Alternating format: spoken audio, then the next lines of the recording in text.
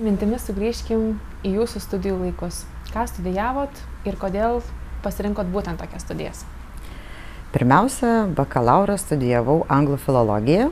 Tai mes tokie, kurie mokėmės, pradėjom bent jau sovietų laikais su ta anglų kalba.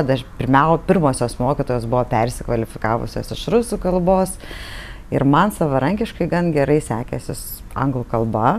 Iš tai supratau, kad galiu pratęsti studijas ir galiu išnaudoti tą savo privalumą, matyt, po to darbe. Tai pabaigusi anglų, supratau po keletos metų, kad tai iš esmės nėra specialybė.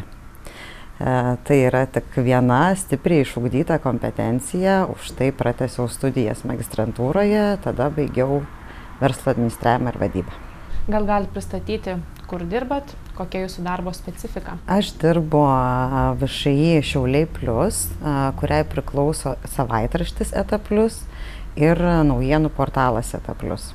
Tai aš esu portalo komandoje ir dirbu aš čia gan nesenai ir atėjau, prisijungiau iš tikrųjų naujo didžiulio grandiozinio projekto starto išvakarėse.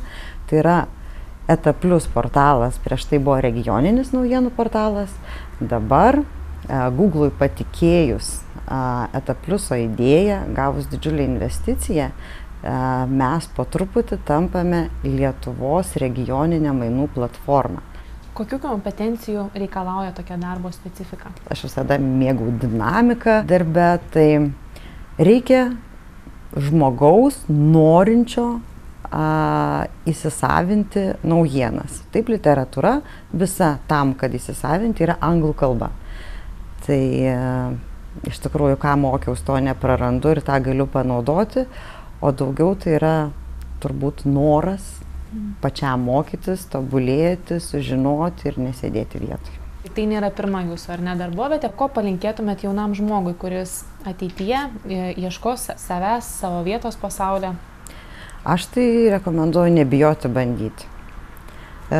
Pirma darbovietė matyt pasirodys galbūt nesvajonių darbas už tai, kad jūs priims kaip jauną specialistą, nesvajonių darbas todėl, kad jūs negausite tokios algos, kokios tikitės.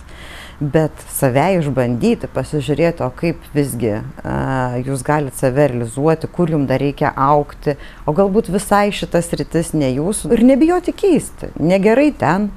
Pasižiūrėti, o kas labiausiai tada traukia toj paliekamoj darbovietėje, eiti į naują ir paieškoti būtent tų dalykų, kurių jums trūko.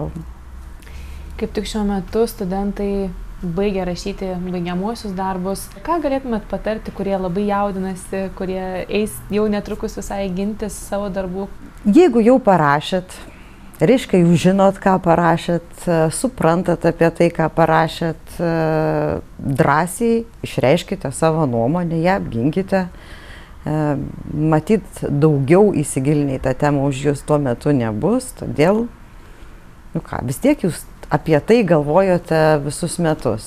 Tai tiesiog kristalizuokit savo idėjas, padarykite išvadas ir duokite rekomendacijas. Šiais metais Šiaulių universitetas švęs savo 20-metį. Ko palinkėtumėt savo alma mater? Norėčiau, kad tai būtų universitetas aiškiai identifikuojamas. Kad mes absolventai baigę universitetą su pasididžiavimu galėtume pasakyti, taip, aš baigiau Šiaulių universitetą, taip, aš iš humanitarinio fakulteto ir iš socialinio fakulteto. Kad jame dirbtų ryškios asmenybės, kurios padarytų įtaką ateities kartai. Man teko tokių sutikti, aš labai džiaugiuosi, aš noriu nešti universiteto vėliavą, tai linkiu, kad taptų ryškus, išsiskiriantis universitetas. Galbūt turėtų savo specifiką, galbūt ne aukščiausiose pasaulio reitinguose, bet kad Lietuvoje tai būtų norima vieta studijuoti.